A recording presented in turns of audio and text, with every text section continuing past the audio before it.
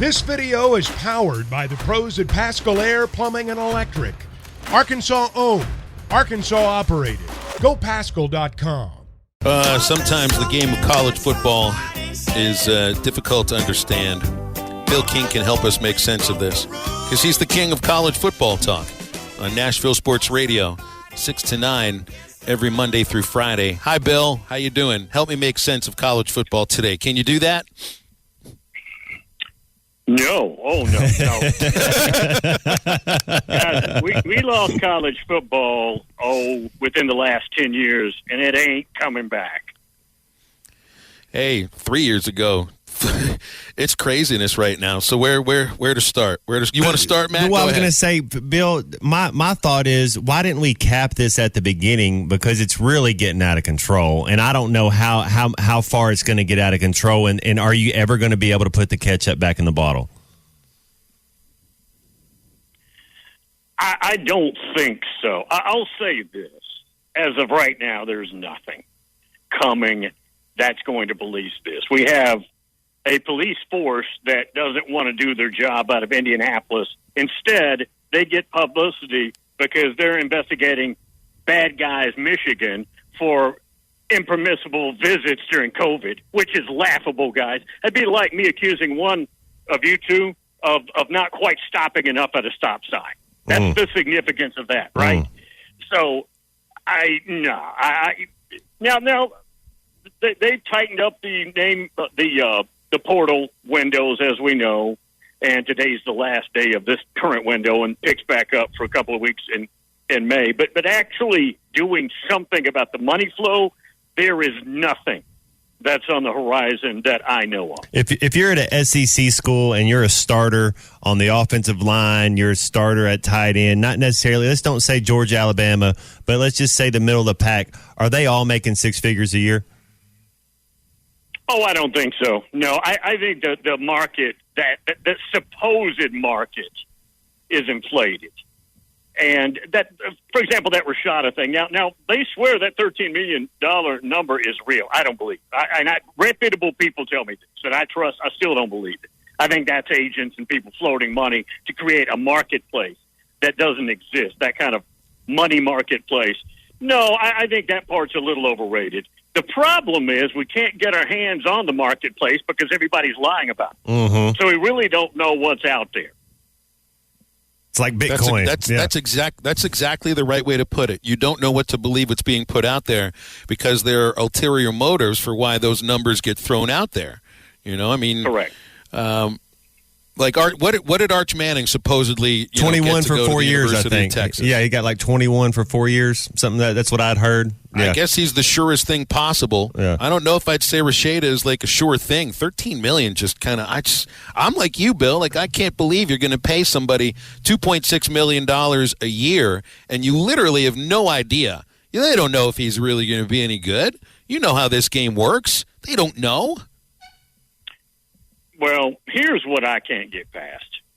He flips in November from Miami to Florida. Fine. That happens all the time. On December 7th, he gets a letter or some sort of communication that the deal that they agreed upon was being terminated. Now, that's December 7th. December 21st, he signed with Florida. Why would you sign with Florida having a terminated agreement? That makes zero sense at all. Whether you, his dad, and his dad's very much involved in this, or the kid, guys, that's kindergarten math. Why would you sign knowing you don't have your deal? And maybe they made verbal promises, we'll get it done. Well, I'll sign when you get it done. That's what I to this day can't get past. And I have not heard a legit good answer for it. Yeah, feels like it's a lack of understanding of a marketplace and no one's quite sure how to understand anyway. You see Kendall Briles might be signing with TCU today. I don't know if there are other offensive coordinator jobs open, but it feels like there might be one open at Arkansas pretty soon. It was just a couple of weeks ago that he tweeted ready to run it back with a photo of he and KJ Jefferson. What is it we're missing here? Is TCU a better job than Arkansas as an offensive coordinator, or is this just somebody that is feeling light in his shoes and and just wants to go somewhere else? I don't know. I don't think it's a better job. but I think he feels like as a coach, what Sonny Dykes does is his ability to just completely let his hair grow, right? I mean, just go crazy. You chuck the ball all over the place, let the quarterback run, which they do at Arkansas. But, I mean, I just think it's that style of let's just overwhelm the stat sheet with offense. That's the Sonny Dykes. That's Mike Leach. That goes all the way back to that era and early days with Mike Leach. And I would think that's what his resume, he feels like, can get another boost by doing that at TCU, and then he's a head coach somewhere. Yeah, with Texas ties, being a Texas guy, I mean, Kendall Briles isn't a good offensive coordinator. Don't get me wrong; he's young, and I think that he has some room to grow. I'm with you, Bill. I don't necessarily see going to TCU as a step up. No. I mean, TCU's got money, but Arkansas's got crazy money, and I don't think this is a financial move. I think this is a resume move. That, whether we agree with it or not, I think that's what he's thinking if he indeed makes this change. Who else is out there, Bill? Like, if Arkansas, do you think Pittman has somebody in mind? I don't know. Would this be just a wrench in the spoke, or who do we go get if you're looking out there that would be maybe a Sam Pittman guy? Yeah, I have not heard. Now, That doesn't mean there aren't outstanding. Look, offense at Whiz Kids are that's not new, but that's the gold standard, right? I mean, that's what everybody wants their hands on, and there's a lot of them in the lab, guys. Now some of them won't be any good, but there's plenty of them to take what Arkansas gets and make good yardage of it, good scoreboard fodder for it. But I don't know what he has in mind. Obviously, you want to bring somebody in who fits your quarterback. That's first and foremost. The thing that I hate right now is that Briles made it seem that he wanted to stay here because of the quarterback, because of Jefferson. We all kind of posited a guess about KJ. Does he want it? Did he come back to Arkansas because he's got this, his coordinator for a third straight season? It certainly would make a lot of sense in that case. Like, I think some fans would be a little nervous that there might be some sort of major outflow on the offensive side once the transfer portal opens again. Even though you go through spring practice and everything, and then the portal opens, like, you lose your offensive coordinator this late. I guess it all depends on who it is that Pittman hires at that point. So, man, it's tough to put on one hire that's the most important hire of your tenure, but this would be it. Yeah, and I think Coach Pittman will do a good job with that. Look, I don't think if you have not transferred yet, and I know some could pop up before the day's over, but I think in your mind you're pretty much set on, okay, let me get through the spring. And look, if the new guy, which I assume he'll fit right in, is feeding the right players and everybody's getting their love and the offense looks like it's clicking and all that, I don't think the only guy who's going to leave is the guy that's not going to play anyways, right? I mean, some established dude's not going to leave if it fits his skill set, and I don't think Coach Pittman's going to change that at all. I'm not real worried about that part of it. What do you think about the situation going on at Michigan with Matt Weiss? Like, I have no idea what it is that he might have done to get investigated by the university's police department. I just remember, man, I mean, it kind of made me remember a little bit about, was it Wake Forest that had their playbook handed out to opponents by an assistant coach? That's just kind of what piqued my interest about that. That's just filthy. Well, the rumors are way worse than that. But really, and I'll just leave it there. But he supposedly tapped into university emails while working in there at Schembechler Hall on campus, and it's serious enough to where he's taking leave. They put him on leave now. He's getting paid, but this thing sounds like it could get just internally really ugly, and not only that, very embarrassing. Because you got three things going on, and not that the NCAA thing, that's laughable. But you also have the announcement from the university president the other day, not the AD, that he just talked to Harbaugh, and Harbaugh is going to stay. And in the same tweet, he said, and I'm going to tell Ward Manuel, who's the AD, about this. That's weird. So they're not speaking. The AD and Harbaugh are not speaking. I don't think they've been on good terms for a couple of years when they cut his money. A couple of years ago, they cut him in half down to $4 million. Now he's back up around 8, and they're going to have to get him around 9 or 10 in these new talks. But that is a very strange thing that's going on there, and I don't think you're going to get once that relationship dies like that, you never really get it back. Yeah, I kind of wondered about the same thing with Calipari and Mitch Barnhart in Kentucky, because it seems that they're in that same boat. I didn't realize, like, if from what I read about Mitch Barnhart, like, he is almost actively holding Kentucky back in the NIL marketplace, and I just can't imagine that an athletic director in today's day and age, especially in the SEC, would take that tack at it. But it also seems to me that Barnhart has already cast his die with football over basketball over at Kentucky. Mitch was at Tennessee prior, and then he's been at Kentucky a long time. And for the most part, he's done a really good job. But this last, let's say from the summer, this past summer to now, has gotten weird. You have Calipari throwing a fit down in the Bahamas or wherever on that basketball trip about a new indoor facility, taking a shot at the football, saying we're a basketball school, which they are, but, just don't go there. Can't say it. Yeah. Yeah, just don't. Just don't. You don't need to say that. And then, obviously, Stoops gets mad, understandably, and then Barnhart holds a press conference, guys, and I don't know if you saw it or you can go back and YouTube it. Very weird.